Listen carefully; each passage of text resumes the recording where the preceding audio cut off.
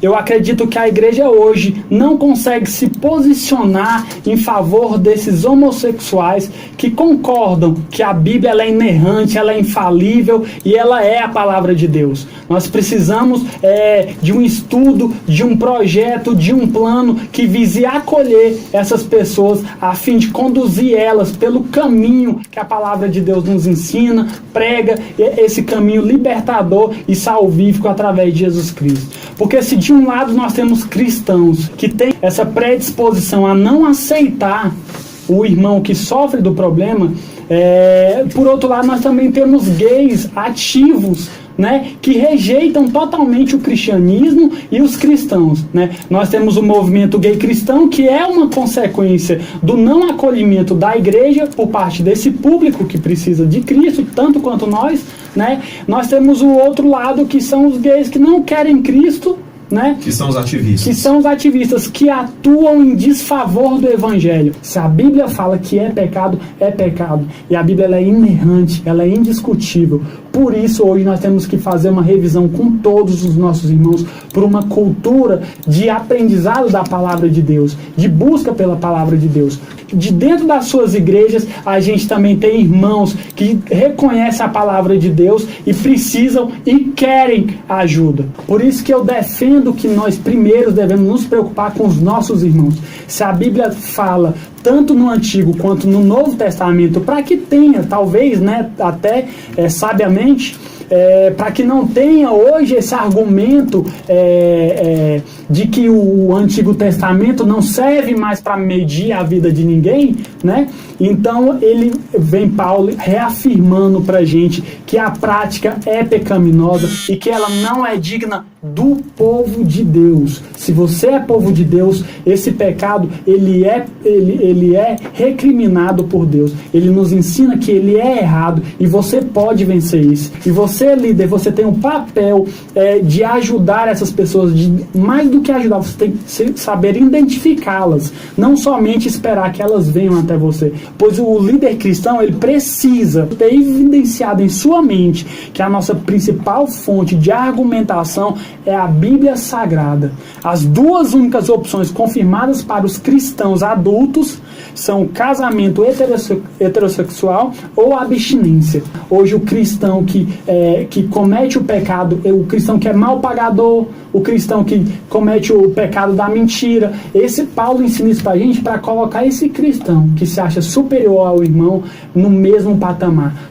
Os dois são ambos réus do tribunal de Cristo. São práticas que precisam ser abandonadas. O movimento gay cristão, ele nasceu na mesma época em que houve a revolta de Stonewall, né? Que foi o evento que ocorreu em 1969, né? Em que um grupo de homossexuais, né, se viram encurralados por policiais, uma coisa recorrente que já vem acontecendo, e eles se revoltaram com todo o direito pela opressão que eles sofriam, né? É necessário a gente evidenciar que nenhum homossexual merece ser desrespeitado na sua individualidade, a partir das suas escolhas. Acima de tudo, ele é um ser humano e ele precisa de respeito. Cristão nem pessoa nenhuma tem o direito de agir com desrespeito a qualquer pessoa, seja por sua escolha sexual ou qualquer outra coisa.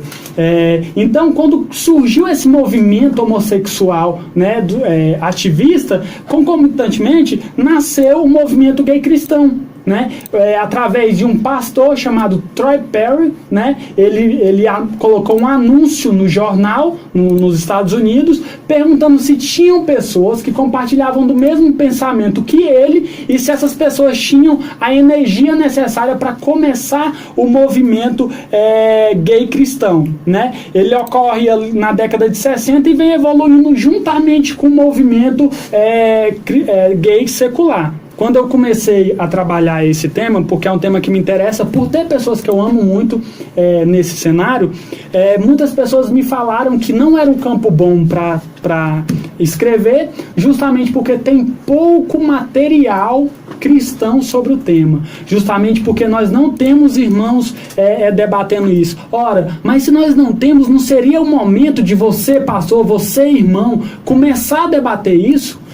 Quando nós deixamos acontecer, quando nós deixamos passar, quando nós vemos uma necessidade e nos omitimos, nós pecamos, porque a omissão é pecado, né? E antes de tudo, a gente precisa entender que dentre os muitos desafios morais que a igreja cristã deve lidar, o tema da homossexualidade tem exigido urgência na resposta. Representantes da prática homossexual têm não apenas advogado por uma tolerância social, mas também por uma completa aprovação de seu comportamento no meio cristão. Alguns têm se debruçado em reinterpretar a Escritura, queixando-se da polarização cultural por parte dos escritores bíblicos. E isso é um grande problema, que no cenário atual da igreja, ela deve tomar posição clara contra a filosofia homossexual, mas ela se mostra indiferente ou ignora o fato que muitos crentes em suas próprias fileiras lutam com o homossexualismo. Quando o assunto é mencionado do púlpito, geralmente ele é rotulado como um problema lá fora na sociedade. O homossexual é um mundano, está lá no mundo. Talvez haja também alguém aqui, alguém que luta contra esse pecado. Resista-lhe. Deus o ajudará nisso e nós também. Essa é a posição que a igreja cristã deve tomar.